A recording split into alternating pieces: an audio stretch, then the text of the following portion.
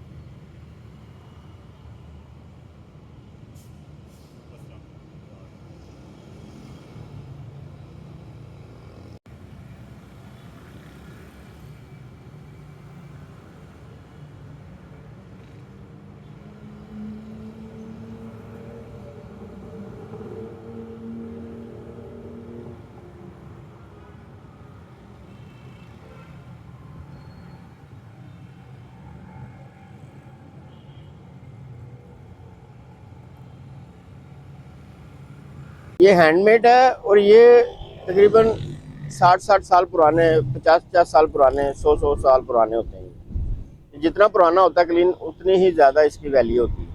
ये इनके कलर जो से ना हल्के हो जाते हैं, इनको थोड़ा हम डिज़ाइन जो नज़र आए इस तरह इसको क्लियर करते हैं। हर रंग को उठाना होता है इसको कि इसका नक्शा वाजे हो जाए, तो इसको हम पेंट करते हैं इसको। ये तकरीबन